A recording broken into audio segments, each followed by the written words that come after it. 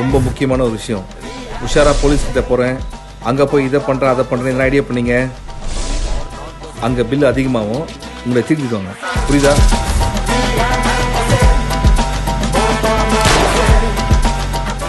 Holidays-nale, adu namma GT Holidays da. GT Holidays, South India's #1 travel brand. You know you are special when you're with GT Holidays.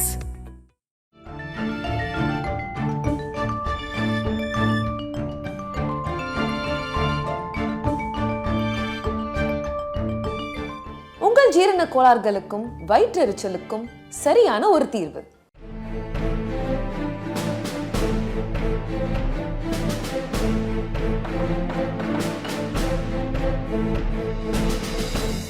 பாலாவுடைய silver jubilee 25 வருடம் நிறைவு செய்திருக்கார் பாலா. அதை கொண்டாடுகின்ற விதத்தில் அதோட வணங்கான் படத்துடைய பாடல் வெளியீட்டு விழாவையும் சேர்த்து ஒரு விழா நடத்துகிறாரு.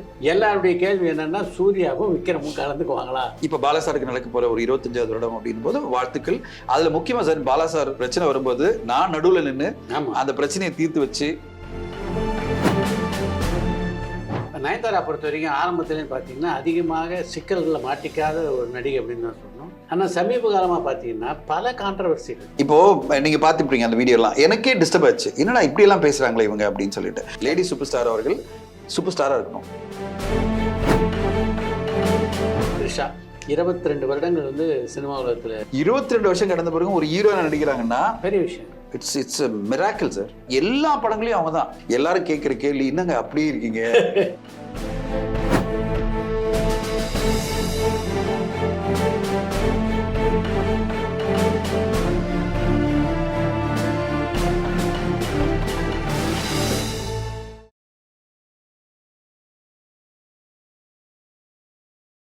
எப்போவுமே நான் எல்லா மேடைகளையும் சொல்வேன், சாதனையாளர்கள் அவங்க வாழ்கின்ற காலத்திலேயே அவங்கள பாராட்டுங்க. அது அவங்கள இன்னும் உற்சாகப்படுத்தும். நல்ல நல்ல படைப்புகள் அவங்க தரத்துக்கு இது பல வழியில் உதவிகரமாக இருக்கும் அப்படின்ட்டு. இப்போ அப்படிப்பட்ட ஒரு முயற்சியை தான் வணங்கான் படத்துடைய தயாரிப்பாளரான சுரேஷ் காமாட்சி எடுத்திருக்காரு. பாலாவுடைய சில்வர் ஜூப்ளி 25 வருடம் நிறைவு செய்திருக்கார் பாலா. அதை கொண்டாடுகின்ற விதத்தில் அதோட வணங்கான் படத்துடைய பாடல் வெளியீட்டு விழாவையும் சேர்த்து ஒரு விழா நடத்துகிறாரு. தமிழ் சினிமாவிலேருந்து பல பிரபலங்கள் எல்லாம் அந்த விழாவுக்கு அழைச்சிருக்கிறதா சுரேஷ் காமாட்சி சொன்னாலும், இந்த விழா அப்படின்னு எல்லார் மனத்துலையும் முக்கியமாக எழுதுகிற கேள்வி என்னென்னா, பொதுவாக பார்த்திங்கன்னா சினிமா தரப்பில் நாளைக்கு சினிமா சார்பில் ஒரு போராட்டம் நடத்த போகிறோம், இல்லை ஒரு ஊழல் நடத்த போகிறோன்னா உடனே பத்திரிகையாளர் என்ன கேட்பாங்கன்னா, ரஜினி கமல் கலந்துக்கிறாங்களான்னு கேட்பாங்க. அது மாதிரி இந்த விழாவை பொறுத்த வரைக்கும் எல்லாருடைய கேள்வி என்னென்னா, சூர்யாவும் விக்ரமும் கலந்துக்குவாங்களா அப்படின்றது ஒரு பெரிய மேஜர் கொஸ்டினாக இருக்குது. அதுக்கு என்ன காரணம் அப்படின்றது உங்களுக்கு தெரியும், எனக்கும் தெரியும், இந்த நிகழ்ச்சியை பார்த்துக்கிட்டு இருக்கவங்களுக்கும் தெரியும். அதை பற்றி விசாரித்த வகையில் பார்த்தா சூர்யாவுக்கு அழைப்பதை கொடுத்து சூர்யா வர ஒத்துக்கிட்டு இருக்கார் அப்படின்ற மாதிரி வெளில சொல்கிறாங்க. ஆனால் விக்ரம் கலந்து கொள்வதற்கு வாய்ப்பு இல்லை அப்படின்னு பரவலாக பேசப்படுது. என்னை பொறுத்த வரைக்கும் நான் என்ன நினைக்கிறேன்னா, சூர்யா விக்ரம் ஆகிய 2 பேருக்கும் ஒரு காலகட்டத்தில் பாலாவோட கருத்து வேறுபாடு இருந்தது. அதன் காரணமாக தான் எல்லாம் விலகிட்டாங்க. ஆனால் எவ்வளோ காலத்துக்கு இந்த கருத்து வேறுபாடு அப்படியே தொடர்ந்துக்கிட்டு இருக்கு. ஏதாவது ஒரு கட்டத்தில் இதை சரி செய்யணும்னா இது ஒரு சரியான தருணமாக நான் நினைக்கிறேன். சூர்யாவை ஒரு நல்ல ஒரு நடிகராக்கியதுலேயும் விக்ரமுக்கு ஒரு நல்ல வாழ்க்கை கொடுத்ததுலேயும் பாலாவுடைய பங்களிப்பு அப்படின்றது நிஜமாகவே ஒரு பெரிய விஷயம். அதனால் அதுக்கு ஒரு நன்றி தெரிவிக்கின்ற விதத்திலேயாவது இந்த விழாவில் அவங்க கலந்துக்கிட்டு இந்த மன வேறுபாடுகள் இருக்குல்ல, அதை சரி செஞ்சால் நல்லாயிருக்கும்னு எனக்கு தோணுது. நைஸ் சார், வந்தால் நல்லாயிருக்கும். எப்பவுமே ஒரு விழாவுக்கு எல்லா விழாவும் நம்ம பண்ணுறோம்ல, எல்லா விழாக்களுமே முக்கியமானவங்க அதில் சம்மந்தப்பட்டவங்களாம் வந்தால் அந்த விழாவுக்கு நல்லாயிருக்கும். நாங்கள் பாரதி ராஜருக்கு இந்த மாதிரி ஒன்று பண்ணணும் ரொம்ப ஆசைப்பட்டோம். இப்போ நான் அவர்கிட்ட நிறைய தடவை சொல்லியிருக்கேன். மிஸ் ஆகிட்டே 25வது இதே மாதிரி பாரதி ராஜா 25 ஆரம்பித்தோம். அதுக்கு வைரமுத்து நாங்கள் எல்லாரும் சேர்ந்து ஒரு மீட்டிங்லாம் கூட போட்டோம். அதுலேருந்து நடக்காமையே தள்ளிகிட்டே வருது சார். அதுக்கு காரணம் அவங்களும் டிசைட் பண்ணோம்ல. இப்போ பாரதி ராஜா சார்கிட்ட நாங்கள் அப்ரோச் பண்ணும்போது, இப்போ நான் அடுத்ததாக அவர்கிட்ட ஒரு தடவை சொன்னேன், சார் அட்லீஸ்ட் இந்த 27வது நம்ம 100 வருஷம், அதாவது 50 வருஷம் கிடக்குது இல்லை, அப்போ ஒரு பெரிய விழா பண்ணணும் அப்படின்னு சொல்லிட்டு. அடுத்த ரஜினி சாருக்கு இப்போ 50 வருஷம். நீங்க பாத்தீங்கன்னா இப்போ 50 வருடம் இந்த அபூர்வ ராகங்கள் 50 வருஷம் ஆகுது 2025. இப்போ ரஜினி சாருக்கு ஒரு 50 அப்படின்றத இண்டஸ்ட்ரி ஃபுல்லாவே பண்ணணும். இண்டஸ்ட்ரி ஃபுல்லா ஒருங்கிணைஞ்சு ஒரு மிகப்பெரிய விழாவா பண்ணணும். அப்பதான் அதுக்கான ஒரு ட்ரிபியூட். ஏன்னா இந்தியன் சினிமாவை மிகப்பெரிய லெவலில் கொண்டு போனவர், தமிழ் சினிமா அதனுடைய மைல்கல்களை இன்க்ரீஸ் பண்ணவர் ரஜினி சார். அவருக்கான ஒரு விழா பண்ணணும். அடுத்ததான் நான் சிவாஜி சார் ஃபேமிலிக்கு நான் ஃபோன் பண்ணி பேசினேன். பிரபு சார் சென்டினரி வருது. நான் என்ன சொன்னேன், சார் ரொம்ப லாஸ்ட் மினிட்ல பண்ணாம எனக்கு வந்து நான் அதிதீவிரமான ஒரு சிவாஜி ரசிகன். சின்ன வயசுலேருந்தே நான் வந்து சிவாஜி சார்னா எனக்கு உயிர். நான் என்ன சொன்னேன், சார் அந்த கமிட்டியில் நான் ஒரு அங்கம் பண்ணுறேன், ஒரு சின்ன வேலை எனக்கு கொடுங்க, நான் பண்ணுறேன் அப்படின்னு. அவர் உடனே ரொம்ப ஹாப்பியாக சொன்னார். நான் ஏன் நாகேஸ்வர் ராவுக்கு அவங்க ஃபேமிலி எப்படி 100 வருஷத்தை வந்து செலிப்ரேட் பண்ணாங்க, சென்ட்ரல் கவர்மெண்ட்லேருந்து ஸ்டேட் கவர்மெண்ட்லேருந்து எல்லா கவர்மெண்ட்டுமே இன்வால்வ் ஆகிட்டு மிகப்பெரிய ஒரு செலிப்ரேஷன் பண்ணாங்க சார். எக்ஸிபிஷனு, ஃபெஸ்டிவலு, அந்த ஃபேமிலி கொண்டாடி தீர்த்து ஒரு பெரிய சிலையை வந்து அங்கே அந்த இதுலேயே ஸ்டுடியோவில் வச்சு ராஜ் கபூர் சென்டர் எல்லாமே இப்போ அதே மாதிரி ராஜ் கபூர் சென்டினரி நடக்க போகுது. இப்போ எப்படி ராஜ் கபூர் சென்டினரி நடக்குதோ, நாகேஸ்வரா நடந்ததோ, அந்த மாதிரி சிவாஜி சார் நடக்கணும் பிரபு சாருக்கு எல்லாம் அனுப்பிச்சு விட்டேன். அவர் உடனே ஒரு வாய்ஸ் மெசேஜ் போட்டார், தரஞ்சன் ரொம்ப ஹாப்பியா இருக்கு, முன்னாடியே இவ்வளவு அட்வான்ஸா இருக்கு சொல்றீங்க அப்படின்னாரு. இன்னும் 3 வருஷம் இருக்கு. நான் சொன்னேன், சார் ஒரு 2 வருஷம் முன்னாடி 1 வருஷம் முன்னாடி நீங்க ஒரு கமிட்டி ஃபார்ம் பண்ணிட்டீங்கன்னா நானும் அதுல என்னால முடிஞ்ச ஒரு வேலை உங்களுக்கு இன்ட்ரெஸ்ட் இருந்ததுன்னா இது மட்டும் பண்ணா ரொம்ப நல்லா இருக்கும், அந்த 100வது வருஷத்தை நம்ம ஃபுல்லா செலிப்ரேட் பண்ணணும் அப்படின்னு சொன்னேன். எதுக்கு இதெல்லாம் நான் சொல்றேன்னா, இளையராஜா சாருக்கும் சரி, இப்போ இளையராஜா எடுத்துட்டீங்கன்னா ஆக்சுவலி 75 அன்னக்கிளி கரெக்டுங்களா, இப்போ 50வது வருடம் அவருக்கும், ரஜினி சாருக்கு 50வது வருடம், இவருக்கு 77ல் பாரதிராஜருக்கு 50 வருடம், இப்போ சிவாஜி சாருக்கு அது பிறகு உடனே வரப்போது சென்டினரி. இப்படி பல விஷயங்கள் இருக்குல்ல, இது எல்லாமே இண்டஸ்ட்ரி முன்னெடுத்து நடத்தணும்னா தமிழ் சினிமா கொண்டாட பல விஷயம் இருக்கு, கொண்டாடணும். இதுக்கு வந்து என்ன சார், ஜஸ்ட் லைக் தட் ஒன்று பண்ணிட்டு போக முடியாது. கரெக்ட். ஓகேங்களா, அதுக்குன்னு 100 பேரை வந்து கமிட்டிலாம் வைக்க கூடாது சார். எப்பவுமே சார் ஒரு 50 பேர் 100 பேர்லாம் வச்சிங்கன்னா வேலைக்கே ஆகுது. 10 பேர் வேலை செய்யக்கூடிய ஒரு 10 பேர் சார், 10 பேர் இருந்தாலே போறோம். ஓகேங்களா, ப்ராப்பரா எக்ஸிக்யூட்டிவ் பண்ணக்கூடிய ஒரு 10 பேரை வச்சுட்டு இந்த கமிட்டி தான் எல்லாம் டிசைட் பண்ணோம், அவ்வளவுதான் முடிச்சுட்டு போனாங்கன்னா கண்டிப்பா நடக்கும் சார். எல்லாமே பிரமாதமா பண்ண முடியும். ஆனா இங்க எங்க இண்டஸ்ட்ரியில பிரச்சனை வருதுன்னா, எல்லாருக்குமே ஏதாவது ஒரு எங்க பேர் வரணுன்றதுக்காகவோ ஏதோ ஒரு ரீசனால 50 பேர் வந்துடுறாங்க. அப்புறம் பல கமிட்டிகள் உருவாகிடுது, எல்லாருக்கும் ஈவோ கிளாஷ் ஆகிடுது. அது பிறகு சொதப்பல் பண்ணி ஒரு பிரச்சனை ஆகிட்டு கடைசியில் வந்து விழாவை பார்க்கும்போது இவர் அதை பண்ணல, அவர் எது பண்ணலன்னு ப்ளேம் பண்ணிட்டே இருப்பாங்க. ஒருத்தர் ப்ளேம் பண்ணிட்டே இருப்பாங்க. யாரும் ப்ளேம் பண்ணக்கூடாது, 10 பேர் வச்சிடணும். அப்போ என்ன நடந்தாலும் நீங்கள் 10 பேர் தான் பொறுப்பு. நீங்கள் 10 பேரும் உருப்படியாக ப்ராப்பராக கிராண்டாக இதை பண்ணி கொடுக்க வேண்டியது உங்கள் பொறுப்புன்னா அவங்க பண்ணிடுவாங்க. சார் எப்படி சார் பிரைவேட் விழாலாம் அவ்வளோ சூப்பராக நடக்குது? கரெக்ட். நான் கேட்குறது, நாங்களே எடுத்துங்களேன், இப்போ நாங்கள் வந்து படங்களுக்கு நான் வந்து நேரு ஸ்டேடியத்திலே 3 விழா பண்ணியிருக்கேன். ஓகேங்களா, அதே மாதிரி ட்ரேட் சென்டரில் 3 தடவை நான் பண்ணியிருக்கேன். ஓகேங்களா, நான் விட்டுருங்க, இப்போ நான் 2 வருஷத்துல சொல்கிறேன், என்ன மாதிரி பல பேர் பண்ணிட்டு இருக்காங்க. அவ்வளோ கிராண்டான ஈவெண்ட் பண்ணிட்டு இருக்காங்க. ஒரு படத்துக்குமே அவ்வளோ கிராண்டா ஈவெண்ட் பண்ணும்போது it's not a rocket science. It's all about how you plan it and execute it. இதை வந்து கரெக்டாக அப்ரோச். இது வந்து பெரிய ராக்கெட் சயின்ஸாக நினைச்சு 100 பேர் கமிட்டியில் போடணும்னு அவசியமே கிடையாது. 10 பேர் வச்சுட்டு நீங்கள் வந்து கரெக்டாக பிளான் பண்ணீங்கன்னா பிரமாதமான விழா பண்ணி காலங்காலமாக பேசுகிற ஒரு விழா பண்ண முடியும். இப்போ ஒன்றுமே இல்லை சார், விகடன் வந்து ஒரு அம்பேத்கர் அவர்களுடைய நினைவுக்கு ஒரு புக் ரிலீஸ் ஆனாங்க. எவ்வளோ பெரிய கிராண்டாக பண்ணுறாங்க பாருங்க அந்த விழாவை. அவங்க 100 பேர் வச்சுக்கிட்டாங்க, கமிட்டியாக ஃபார்ம் பண்ணாங்க, அவங்க டீமில் ஒன்று வச்சுட்டு கடகடா எக்ஸிக்யூட் பண்ணி கிராண்டாக பண்ணிட்டாங்களே, அந்த மாதிரி பண்ணாலே போகிறோம். அப்படிதான் இப்போ பாலாசாருக்கு நடக்க போகிற ஒரு 25வது வருடம் அப்படின் போது வாழ்த்துக்கள். அதில் முக்கியமாக சார் பாலாசார் எனக்கு வந்து ஒரு நல்ல நண்பர். அவரோட காலகட்டத்தில் நீங்க அவருடைய வலதுகரமா இருந்தார். அவருக்கும் திரு பாரதிராஜ் அவருக்கும் ஒரு பிரச்சனை வரும்போது நான் நடுவில் நின்று அந்த பிரச்சனையை தீர்த்து வச்சு அது பிறகு 2 பேரும் பேச்சு எல்லாம் முடிச்சேன். அப்போ வந்து நிறைய பேர் கேட்டாங்க, இதுல எதுக்கு நீங்க இன்வால்வ் ஆனீங்க? நான் ஒண்ணுதான், 2 ஆளுமைகளை எனக்கு ரொம்ப பிடிக்கும். இந்த 2 ஆளுமைகள் வந்து யானைகள் மாதிரி, இந்த ஆணைகள் மோதக்கூடாது, ஏன்னா இண்டஸ்ட்ரிக்கு வந்து அது கெட்ட பேர் ஆயிடும் சொல்லிட்டு நான் இவர்கிட்ட பேசி அவர்கிட்ட பேசி கடைசியில அவங்க 2 பேருமே அன்பா எல்லாத்தையும் மறந்து போயிட்டு அது பிறகு நண்பர்களா வந்துட்டாங்க. அப்போ நான் மேடையில அவரோட நின்று பேசினேன். பாலாசாரோட நான் ப்ரெஸ் மீட் அரேஞ்ச் பண்ணி நான் பேசினேன், இதுக்கான இதெல்லாம் இப்படி தவிர்க்கணும் அப்படின்னு சொல்லிட்டு. அப்போ பாலாசார் அப்போதுலேருந்தே எனக்கு ரொம்ப பிடிக்கும். பல விஷயங்கள் நாங்கள் பேசிட்டு இருக்கோம். ஆக்சுவலி சார், அவர் போக வேண்டிய தூரம் மிக பெருசு, அவர் அடைய வேண்டிய எல்லைகள் மிக பெருசு. ஏன்னா பாலாசாரோடைய யூனிக் ஃபிலிம் மேக்கிங் எல்லாராலையுமே பண்ண முடியாது. கரெக்ட். அவர் ஒரு யூனிக் ஃபிலிம் மேக்கர், உலகளாவிய ஃபிலிம் மேக்கர். நான் வந்து சாதாரண ஃபிலிம் மேக்கரை பார்க்கவே இல்லை. அவர் வந்து டிபிக்கல் படம் பண்ணுற ஒரு ஃபிலிம் மேக்கரே கிடையாது. அவருக்குன்னு ஒரு லாங்குவேஜ் இருக்குது, அவருக்குன்னு ஒரு படைப்பாற்றல் ஒன்று இருக்குது. அந்த படைப்பாற்றலை அவர் வெளிப்படுத்துகிற விதமே புதுசு புதுசாக இருக்கும். அப்படிப்பட்ட பாலாசாரை கொண்டாட வேண்டியது தமிழ் சினிமா. அந்த கொண்டாட வேண்டிய மனிதர் வந்து இன்னும் பல எல்லைகள் போனோம் இந்த 25 வருஷம் பிறகு தான் என்னுடைய எதிர்பார்ப்பு. இப்போ நயன்தாரா பொறுத்த வரைக்கும் ஆரம்பத்துலேயும் பார்த்தீங்கன்னா அதிகமாக சிக்கல்களில் மாட்டிக்காத ஒரு நடிகை அப்படின்னு தான் சொல்லணும். ஆனால் சமீப காலமாக பார்த்தீங்கன்னா பல கான்ட்ரவர்சிகள். முதலாக அவங்க தனுஷ் பேரில் ஒரு ஆவேசமான ஒரு அறிக்கையை வெளியிட்டதுலேருந்து இன்னும் வரைக்கும் சமீபத்தில் வெளிவந்திருக்கிற ஒரு பேட்டி வரைக்கும் பார்த்தீங்கன்னா திரும்ப தேவையில்லாத பல விஷயங்களை அவங்க பேசிகிட்டு இருக்காங்களோ அப்படின்னு பரவலாக எல்லாருக்கும் தோணுது. எனக்கு கூட அப்படி தோணுது. சரியான ஒரு அட்வைசஸ் வந்து நயன்தாராக்கு இல்லையோ, இது போன்ற விஷயங்களை திரும்ப திரும்ப பேசாமல் தவிர்க்கிறதே வந்து பல பிரச்சனைகளுக்கு தீர்வு அப்படின்னு தான் நான் நினைக்கிறேன். சார் நீங்க கிட்டத்தட்ட 40 வருஷம் சினிமா இருக்கீங்க, உங்களுடைய அனுபவத்துல நீங்க அதை சொல்றீங்க. அந்தந்த மனிதர்களுக்கு தான் அந்தந்த நியாயம் தெரியும், அவங்களுடைய நியாயம் என்னன்னு நம்மளுக்கு தெரியாது, எதுக்காக இப்படிப்பட்ட ஒரு ஸ்டெப் எடுக்கிறாங்கன்னு. நம்ம வெளியில இருந்து நம்ம பேசுறோம், நம்ம ஒரு கருத்து சொல்றோம். எனக்கு வந்து என்ன வந்து ஒரு கருத்து கேட்கும்போது நான் சொன்னேன், 2 லெஜெண்ட்ஸ் மத்தியில நம்ம வரக்கூடாது. நான் முன்னாடி சொன்ன மாதிரி தான், முன்னாடி அந்த 2 யானைகளும் நான் சொல்ற ஒரு மதிக்கிற மாதிரி இருந்துட்டு நம்ம பேசிட்டோம். நான் சொல்றது பாரதிராஜர், பாலா சார், இவங்க 2 பேருமே மிகப்பெரிய இன்னைக்கு இந்தியன் சினிமால மிகப்பெரிய ஆளுமைகளா இருக்கிறவங்க. தனுஷாரும் சரி, நயன்தாராவும் சரி. நான் என்ன ஃபீல் பண்ணேன்னா, இவ்வளோ பெரிய ஒரு பெரிய ஆளுங்களா இருக்கீங்க, இவ்வளோ பெரிய சாதனைகள் பண்ணிட்டு இருக்கீங்க, உங்களுக்கான பிசினஸ் பெருசா இருக்கும்போது நீங்க ஃபைட் பண்ணக்கூடாது ஓப்பனா, அது பர்சனலா பண்ணலாம். இப்போ நான் என்ன ஃபீல் பண்ணேன்னா, தனுஷாரோட நம்பர் ஈஸியா கிடைச்சிருக்கும், தனுஷாருக்கே ஒரு மெசேஜ் போட்டிருக்கலாம். நீங்க அவங்க கூட சேர்ந்து பணியாற்றின படங்கள்லாம் வெற்றி, யாரடி நிமோகினிலாம் மாபெரும் வெற்றி, அவங்களோட பேருடைய பெயர் அவ்வளோ பியூட்டிஃபுல்லா இருக்கும். நான் சொல்றது, டி வாட் இஸ் திஸ், நம்ம இவ்வளோ ஃப்ரெண்ட்ஷிப்பு, எதுக்காக இதெல்லாம் பண்ணுறீங்க? எனக்கு சரி, நீங்கள் சாங் கொடுக்க முடியாதுன்னா எனக்கு வந்து அந்த பிடிஎஸ் பர்மிஷன் கொடுங்க, நான் பண்ணிக்கிறேன். இவங்க டைரெக்டாக மெசேஜ் பண்ணி அவர் நோ சொல்லியிருந்தாரு வச்சிங்களேன், அப்போ நீங்கள் கோமா பேசலாம். இதுதான் என்னுடைய பர்சனல் பாயிண்ட் ஆஃப் வியூ. நீங்கள் தனுஷ் சாருக்கு மேனேஜர்கிட்ட பேசணும் அவசியமே கிடையாது, மேனேஜரோ இல்லை பார்ட்னர்கிட்ட பேசணும் அவசியம் இல்லை. நீங்கள் டிக்கு வந்து டைரெக்டாக மெசேஜ் பண்ணி, எனக்கு அந்த 4 வரிகள், என்னுடைய வாழ்க்கையினுடைய அந்த லவ் ஆரம்பிச்சதுக்கான அந்த 4 வரிகள், அந்த வரிகளில் தான் உங்கள் வாழ்க்கையை அடங்கி இருக்குன்னா நீங்கள் சொல்ல வேண்டியது, டி நீயும் அந்த மாதிரி ஒரு என் வாழ்க்கையில் முக்கியமான ஆள், இந்த 4 வரிகளும் இந்த பாடல் காட்சியை நான் யூஸ் பண்ணிக்கிறேன், எனக்கு பர்மிஷன் கொடுன்னு சொன்னால், எனக்கு நல்லா தெரியும் தனுஷ் சார் வந்து எதுவுமே சொல்ல மாட்டார், ஈஸியாக கண்டிப்பாக ஓகே சொல்லியிருப்பாரு. இது என்னுடைய பாயிண்ட் ஆஃப் வியூ. அதுதான் அந்த அணுகுமுறை தான் மிஸ் ஆயிடுச்சு நான் நினைக்கிறேன். இது வந்து ஏன் மேனேஜர் மூலமா போகணும், ஏன் ஒரு பிரச்சனையா வந்து கொண்டு போகணும்?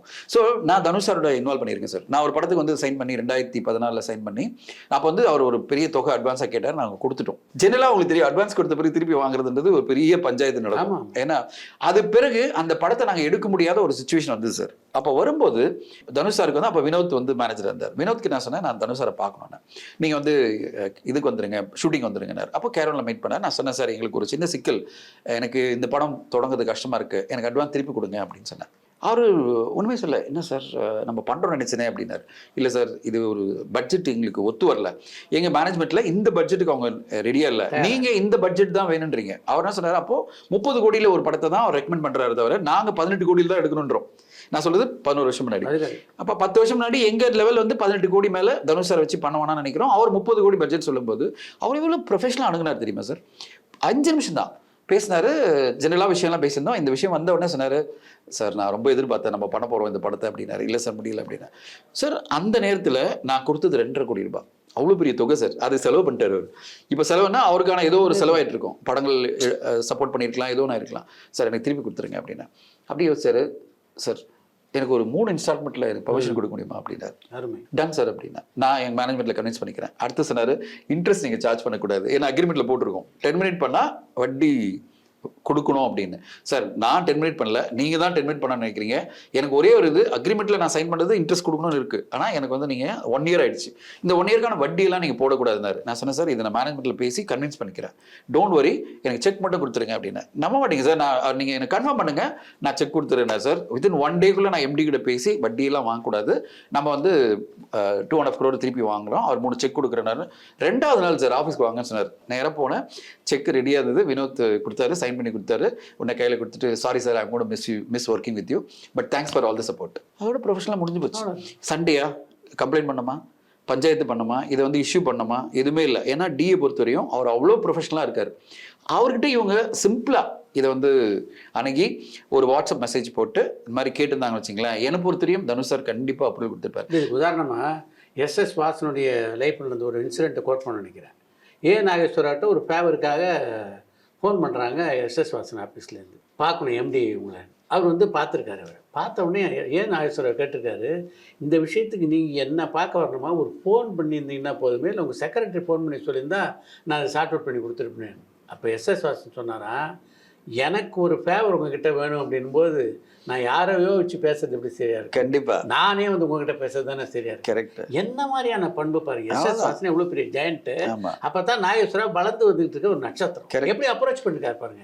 இந்த மாதிரியான அப்ரோச்சை நீங்க சொன்ன மாதிரி எடுத்திருந்தாங்கன்னா நயன்தாரா ப்ராப்ளமே பப்ளிக்ல வந்திருக்காது. இது அடுத்த கட்டம் பாத்தீங்கன்னா அவங்களுடைய எல்லாமே அடுத்த கட்டம் தப்பா போகுதுன்னு தான் நான் பாக்குறேன். தப்பா போகுதுன்னா ஓப்பனா வந்து மீடியால இருக்கிறவங்களை கமெண்ட் பண்றதும் எதுவுமே தேவையில்லாத வேலை சார். நம்ம வந்து மீடியால இருக்கிறது நம்ம மீடியா கூட தான் பயணிக்கணும். சார் வீடியோ இல்லாம நம்மளால பயணிக்கவே முடியாது ஈவன் அதர்வைஸ் அந்த மாதிரி நாகரிகம் இல்லாத ஒரு கமெண்ட் சார் அதெல்லாம் தேவையில்லை. இப்போ நீங்க பாத்துப்பீங்க அந்த வீடியோ எல்லாம், எனக்கே டிஸ்டர்ப் ஆச்சு, என்னடா இப்படி எல்லாம் பேசுறாங்களே இவங்க அப்படின்னு சொல்லிட்டு. நீங்க வந்து என்னை பத்தி தப்பு தப்பா பேசுறாங்கன்னு சொல்லலாம், ஆனா அதை தாண்டி கமெண்ட் பண்றது தேவையில்லாத வேலை. அதை தாண்டி அவங்க இப்படிப்பட்ட ஆளுங்க அப்படிப்பட்ட ஆளுங்கன்றதெல்லாம் எனக்கு வந்து இந்த மாதிரி தனிப்பட்ட தாக்குதல்களை யாரா இருந்தாலும் உடன்பாடு கிடையாது.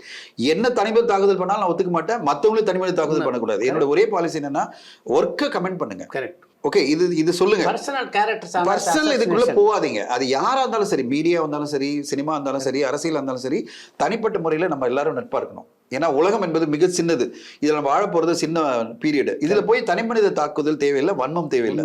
நீங்க பண்ண வேண்டியது என்னன்னா, எனக்கு ப்ரொஃபஷனலா இவங்க கூட டிஃபரன்ஸ் ஒப்பீனியன் இருக்கு, நீங்க சொல்லலாம். இவங்க சொன்ன சில விஷயங்கள்லாம் எனக்கு ஒத்து வரல அப்படிலாம் சொல்லாம தவிர அடுத்த கட்டம் போகக்கூடாது, பர்சனல் கமெண்ட்டுக்குள்ள போகக்கூடாது. நீங்க பாயிண்டா ஆர்கியூ பண்ணீங்கன்னா பிரச்சனை இல்லை சார். இப்போ அவங்க சொல்லியிருக்காங்கன்னு வச்சுங்களேன், மீடியாவில் யார் சொன்னாலும் நீங்க அந்த பாயிண்ட்டுக்கு நீங்க பாயிண்ட் ஆர்கியூ பண்ணலாம். சார் இந்த இதெல்லாம் தப்பா சொல்றாங்க, இது தப்பு, எனக்கு உடன்பாடு இல்லை, அவங்களுக்கு நான் டைரக்டா சொல்றேன், நீங்க ப்ரூவ் பண்ணுங்க, இப்படி எல்லாம் நீங்க சொல்றது உரிமை இருக்கு. ஏன்னா உங்களுக்கு ஒரு தாண்டி ஒரு விமர்சனம் அது பிறகு போக கூடாது, தேவையில்லாத பிரச்சனை. அது அங்க ஒரு எல்லையை நிறுத்தணும். இந்த ஒரு எல்லையோட நம்ம நிறுத்திடணும். இதுக்கு பிறகு அவங்க பர்சனல் கிடையாது. சரி, நீங்க சொன்ன விஷயத்துல எனக்கு உடன்பாடு கிடையாது, ஆனா நீங்க யாருன்றத பத்தி எனக்கு எந்த பிரச்சனையும் கிடையாது. நீங்க யாரா இருக்கலாம், எப்படிப்பட்டவரா இருக்கலாம், அதை பத்தி எனக்கு பிரச்சனை கிடையாது. ஆனா நீங்க சொன்ன விஷயத்துல எனக்கு டிஃபரன்ஸ் ஒப்பீனியனே காரணம்னா அது உண்மை இல்லை அப்படின்னு சொல்றது உங்களுக்கு எல்லா உரிமையும் இருக்கே தவிர, அதை தாண்டி ஒருத்தர் தனிமனித தாக்குதல் பண்றதுக்கு, அது ஊடகமா இருந்தாலும் சரி, சினிமா இண்டஸ்ட்ரியா இருந்தாலும் சரி, நடிகராக இருந்தாலும் சரி, பண்றதுக்கு யாருக்கும் உரிமை இல்லை. இது என்னுடைய பாயிண்ட். அவங்க டீல பண்ணதும், டிஏ பத்தி அவ்வளவு பெரிய ஸ்டேட்மெண்ட் கொடுத்ததும் எனக்கு என்னன்னா, இது தேவையில்லாத ஒரு பிரச்சனை போய் உண்டாக்குமே. ஏன்னா சார், தனுஷ் சாருக்கு அவ்வளோ பெரிய ஃபேன் குரூப் இருக்கு. நீங்க ஒரே ஒரு லெட்டர்ல அவ்வளோ பெரிய எனிமையை ஏன் உருவாக்கணும்? நம்ம பேர்ல அவ்வளவு பெரிய எனிமி குரூப் வந்து உட்காந்துரும் சார். அது பிறகு வந்து ஊடகத்தை போய் நம்ம பகச்சிக்கும் போது அது கண்டிப்பா ஊடகம் நம்மள வந்து விட்டுற மாட்டாங்க. எல்லா ஊடகம் ஒரு பயம் வரும்ல. இப்ப இன்னைக்கு இவங்கள பேசுனாங்க, நாளைக்கு நம்மள பேசுவாங்க இவங்க அப்படின்னு ஒரு பயம் வரும்ல. அப்ப என்ன ஆயிடும், எல்லாருமே ஒரு கோவத்துல இருப்பாங்க. இது தேவையே கிடையாது. நீங்க ப்ரொஃபஷனலா அணுகுனீங்கன்னா பிரச்சனை கிடையாது. இப்போ சிம்பிளா என்னை பத்தி இது மாதிரிலாம் பேசும்போது நான் வந்து அடுத்த கட்டமா சாய் பல்லவி நான் அப்ரிஷியேட் பண்றேன். சாய் பல்லவி என்ன பண்ணாங்க, கிளியர் கட்டா வந்து ஒரு பத்திரிகையில வந்து அவங்க ராமாயண படத்தை இதுக்காக வந்து கூடவே ஒரு வெஜிடேரியன் சமையல்கார கூட்டு போய் இப்படி எல்லாம் வந்து ஒரு ஸ்டேட்மெண்ட் கொடுத்துட்டாங்க சார். அவங்க அழகா ஸ்டேட்மெண்ட் கொடுத்தாங்க, எந்த தனிமனித தாக்குதலும் பண்ணல. இந்த மாதிரி பண்றதுக்கு முன்னாடி என்கிட்ட வெரிஃபை பண்ணுங்க, இப்ப இதை தாண்டி நீங்க வந்து பண்ண போறீங்கன்னு சொன்னா நான் வந்து லீகல் ஆக்ஷன் எடுக்க வேண்டியதுன்னு சொன்னாலே போறோம், எல்லாரும் வைக்க போயிடுவாங்க. இவ்வளவுதான் இவங்க பண்ண வேண்டியது. சார், பத்திரிகையாளர்களுக்கு பொதுவாக வந்து என்ன ஒரு ஐடியா இருக்குன்னா, நம்ம நெகட்டிவா எழுதினா தானே அவங்க நம்ம மேலே கோச்சுக்குவாங்க, இது பாசிட்டிவான விஷயம் தானே, அப்படிதான் இருக்காங்க, அப்படிதான் நினைச்சுக்குவாங்க. அதாவது அவங்க சைட்ல என்ன பாதிப்புன்னு இதை பார்க்கணும். இதுக்கு உதாரணமா இதே மாதிரி ஒரு இன்சிடென்ட் உங்களுக்கு சொல்றேன்.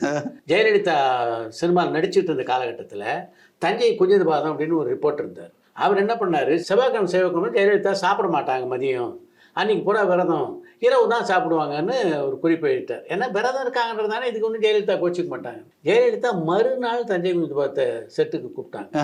கூப்பிட்டு, என்னத்துக்கு இது மாதிரிலாம் நீங்கள் எழுதுறீங்க, நான் ஒரு அவுட்டோர் ஷூட்டிங் போய் செவ்வாய்க்கிழமை பப்ளிக் முன்னாடி ஒரு சாப்பிட வேண்டிய சூழ்நிலை ஏற்பட்டா அவன் என்னை பார்த்து என்ன நினைப்பான், வெளியில விரதம்னு சொல்லிட்டு இந்த அம்மா மொக்குன்னு சொல்ல மாட்டானா? நீ என்னை பற்றி தப்பான செய்தி மட்டும் இல்லை, நல்ல செய்தி எழுதும்போது கூட என்னை ஒரு முறை கேட்டுட்டு எழுதுங்க. அதை தான் இன்னைக்கு சாய் பல்லவி வருடங்கள் எத்தனையோ கடந்ததுக்கு பின்னால சொல்றேன். அதே நடந்துட்டு இருக்கு. அவங்க என்ன கேட்டாங்க, எங்கிட்ட கேட்டீங்களா, என்ன கேட்காம ஏன் பண்ணீங்க? அடுத்ததான் அவங்க பொலைட்டா என்ன போட்டாங்க, என்ன கேட்காம இனிமே ஏதாவது பண்ணீங்கன்னா வேற வழியே கிடையாது, லீகல் நோட்டீஸ் கொடுக்க வேண்டியிருக்கும் பீரியட் அப்படின்னு போட்டாங்க. இப்போ இனிமே யாரும் எழுத மாட்டாங்க. அது சார் ஏன் அவங்க பண்றாங்கன்னா, இவங்க பாசிட்டிவ் நினைச்சு எழுதுறது தப்பு. என்ன காரணம்னா, you are creating unnecessary guilt. ஆமா, இப்போ ஒருவேளை அவங்க நான்வெஜ் சாப்பிட்றாங்க வச்சுங்களேன், அவங்க வந்து வேற ஒரு இதுல ஹோட்டல்ல போயிட்டு ஒரு சிக்கன் எடுத்து அவங்க பயம் வரும்ல, ஏன்னா அது நான் ஒரு சாப்பிட்றது கூட எனக்கு உரிமை இல்லையா? நான் படத்தில் நடிக்கிறது ஒரு நடிப்பு, அது ப்ரொஃபஷன். அதுக்கும் நான் பர்சனலாக வந்து விரதம் இருக்கணும் என்ன அவசியம் இருக்கு? எதுக்காக இதெல்லாம் போட்டு என்ன ஃபோர்ஸ் பண்றீங்க, என்ன ஏன் கில்ட் கிரியேட் பண்றீங்க? You are creating unnecessary guilt in me that நான் ராமாயணம் நடிக்கிறேன், சீதா நடிக்கிறது, நான்வெஜ் சாப்பிடக்கூடாது. அதுல நிறைய கமெண்ட்ல என்ன தெரியும் வந்தது, ராமரே நான்வெஜ் சாப்பிடுவாரு, நீ யார் அதெல்லாம் சொல்றேன்னு அதுல ட்விட்டர்ல போடுறேன். நான் போன நம்ம சினிமா டிஸ்ட்ரிக்ட்ல சொன்ன மாதிரி தான் போன வாரம் இந்துவை பற்றி சொல்லியிருந்தோம். அது மாதிரி தான் ஆனந்தவுடன் வந்து இது மாதிரி ஒரு பொறுப்பு இல்லாமல் இது வந்து இது மாதிரி ஒரு கன்ஃபர்மேஷன் இல்லாமல் இந்த செய்தி போட்டே கூடாது. அதில் ட்விட்டரில் நான் படிக்கும்போது நானே ஷாக் ஆகிட்டேன், ராமர் வந்து நான்வெஜ் சாப்பிடுவார், அதில் போட்டிருக்கா ராமர் வந்து மாமிசங்கள்லாம் சாப்பிடுவாரு, நீ என்னடா இது போய் பேசிட்டு இருக்க அப்படின்னு எனக்கு புரியவே இல்லை, எதுக்கு இந்த டிபேட்லாம். அப்புறம் தான் நான் உள்ளுக்குள்ளே போனேன், என்னது ராமரை பற்றி எல்லாம் பேச ஆரம்பிக்கிறாங்களேன்னு. அப்புறம் பார்த்தா அதில் வந்து வருது கமெண்ட், எதுக்கு சீதை மட்டும் நான்வெஜ் சாப்பிடக்கூடாது, எனக்கு புரியவே இல்லையே அப்படின்னு போட்டிருக்கா. இப்போ இது எதுக்கு தேவையில்லாத டிபேட்? அவங்க ராமாயண படத்தில் நடிக்கிறாங்க, அதோட முடிச்சுட்டு Sai Sai Pallavi perfect choice சீதாவா ton, அதோட நிறுத்திட இல்ல வேண்டியது. நிஜமாவே அவங்க விரதம் இருக்கிறதா ஏதோ பத்திரிகையில சொல்லியிருந்தாங்க அப்படின்னா அதை போடுறது போடலாம், தப்பு இல்ல. அதை போடலாம். அவங்க சொல்லாத ஒரு கருத்தை போடுறது அப்படின்றது இப்போ அதே அப்ரோச் நயன்தாரா மேடம் பண்ணியிருந்தாங்கன்னா பிரச்சனையே இல்லை. லேடி சூப்பர் ஸ்டார் அவர்கள் சூப்பர் ஸ்டாரா இருக்கணும். எப்படி நம்ம சூப்பர் ஸ்டார் பாத்தீங்கன்னா இதுக்கெல்லாம் வரவே மாட்டார். இந்த நயன்தாரா பொறுத்த வரைக்கும் எனக்கு தெரிஞ்சு இத்தனை வருட பயணத்துல பாத்தீங்கன்னா இந்த கடந்த ஒரு 6 மாத காலமாக தான் இந்த பிரச்சனைலாம் வருது தவிர அது வரைக்கும் எந்த கான்ட்ரவர்சிலையும் வந்து பெருசா வந்ததில்ல. இப்போ கொஞ்சம் எக்ஸ்ட்ரீம் ரியாக்ஷன் ஆயிடுச்சு இந்த 2 மேட்டர்லயுமே. அது காரணம் ஒரு கோபம் இருக்கலாம், ஒரு ஆதங்கம் இருக்கலாம், அதெல்லாம் சொல்ல. ஆனா நான் சொல்றது லேடி சூப்பர் ஸ்டார் கிட்ட சூப்பர் ஸ்டார் பார்த்து நம்ம கத்துக்கலாம். சூப்பர் ஸ்டார் எதை பத்தியுமே கவலைப்படாம எவ்வளவுதான் நீ சொல்லுங்க, எவ்வளவுதான் ட்ரோல் பண்ணுங்க, நான் பாட்டு வேலையை பார்த்துட்டு போறேன். தனி மனித தாக்குதல் பண்ணாலும் அதை பத்தி கவலைப்படாம போயிட்டே இருப்பாரு. என்ன காரணம்னா அவர் அதை தாண்டி போயிட்டாரு. நான் நயன்தாரா மேடம் சொல்றதுதான், நீங்க அதை தாண்டி எங்கேயோ இருக்கீங்க, உங்களுக்கான மார்க்கெட் அவ்வளவு பெருசு, மக்கள் உங்களை ரசிக்கிறாங்க, இதுல போய் இறங்கி நீங்க கமெண்ட் கொடுத்து நீங்க மாட்டிக்க வேணாம், இது மாதிரி ஒரு லெட்டர் எல்லாம் கொடுத்து ஒருத்தரை ஹர்ட்டும் பண்ண வேணான்றதான் என்னுடைய பாயிண்ட் ஆஃப் வியூ. இல்லை நயன்தாரா மாதிரி இன்னொரு நீண்ட பயணம்னு பார்த்தீங்கன்னா த்ரிஷா 22 வருடங்கள் வந்து சினிமா உலகத்தில் மிகப்பெரிய சாதனை. அவங்களோட முதல் படம் அவங்களோட இப்போ 23rd இயரோட படமும் full circle. It's an honor. Thank you. Thank you. Thank you. Thank you. Thank you. 22 வருஷத்துல அவங்க நடிக்க போற அந்த ஸ்டில்ல போட்ட உடனே எல்லாரும் கேட்கிற கேள்வி, என்னங்க அப்படியே இருக்கீங்க, 22 வருஷம் முன்னாடி இந்த மாதிரி எப்படி இருக்கீங்க? அதுதான் சார் சாதனை. சார் நம்மளால இருக்க முடியல, அதாவது நம்மளுடைய பாடி ஸ்ட்ரக்சர் மாறுது, நீங்க அப்படியே தான் இருக்கீங்க, உங்களுக்கு பெரிய லக்கு, எங்களுக்கெல்லாம் இல்ல. இப்போ உங்களை ஒரு இளமையா வச்சிருக்க முடியுதுன்னா அது உங்களுக்கு ஒரு ஜெனட்டிக்கா ஒரு அட்வான்டேஜ் இருக்குல்ல. அவங்களோட அட்வான்டேஜ் பாருங்க, 22 வருஷமா ஷி லுக் சேம் சார். எப்படி மெயின்டைன் பண்றாங்க, எப்படி இதே இளமை லுக்ல பிரில்லியண்டா இருக்கு. அதே மாதிரி தான் சினிமா உலகத்திலையும் பார்த்தீங்கன்னா எந்த சிக்கல்லையும் த்ரிஷா வந்து மாட்டிக்கிட்டு தான் சொல்லவே முடியாது. ஒரு தயாரிப்பாளரோட த்ரிஷா பிரச்சனை அப்படின்னு சொல்ல முடியாது. அவ்வளோ ஒரு கிளீன் ரிலேஷன்ஷிப் மெயின்டைன் பண்றாங்க. அதுதான் இந்த 22 வருட காலத்தை வந்து உங்களால இனிமையா கடக்க முடியும். இன்னைக்கு ஒரு ஹாப்பி கோ பர்சனா தான் சார். நான் த்ரிஷா வந்து ரொம்ப பழக்கம். நான் வாட்ஸ்அப்ல மெசேஜ் பண்ணுவேன், நான் ஏதாவது நல்ல விஷயம் பார்த்தேன்னா உடனே மெசேஜ் பண்ணுவேன். She'll instantly reply.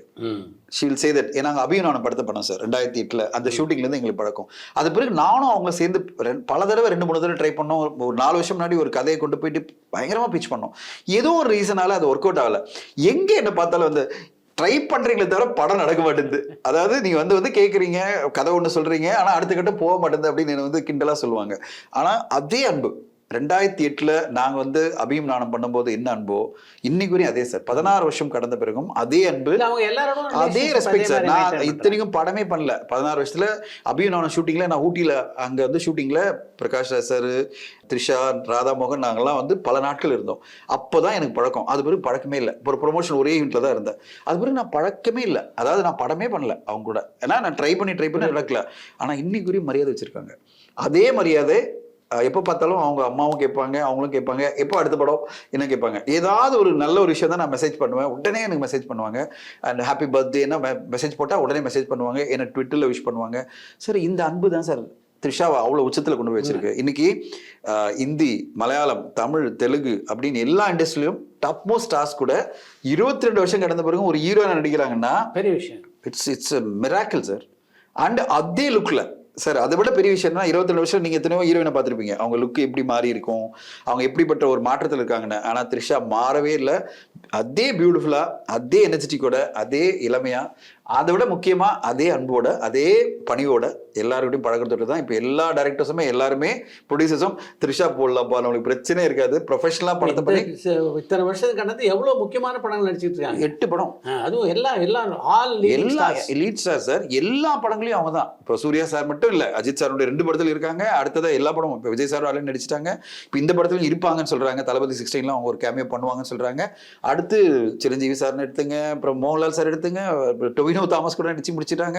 எத்தனை படம், எக்கச்சக்கமான படம் நடிச்சிட்டு இருக்காங்க. அவ்வளவு பிஸியான ஒரு ஹீரோயினா இருக்காங்கன்னா அதுக்கு அவங்களோட ப்ரொஃபஷனலிசம் தான் காரணம்.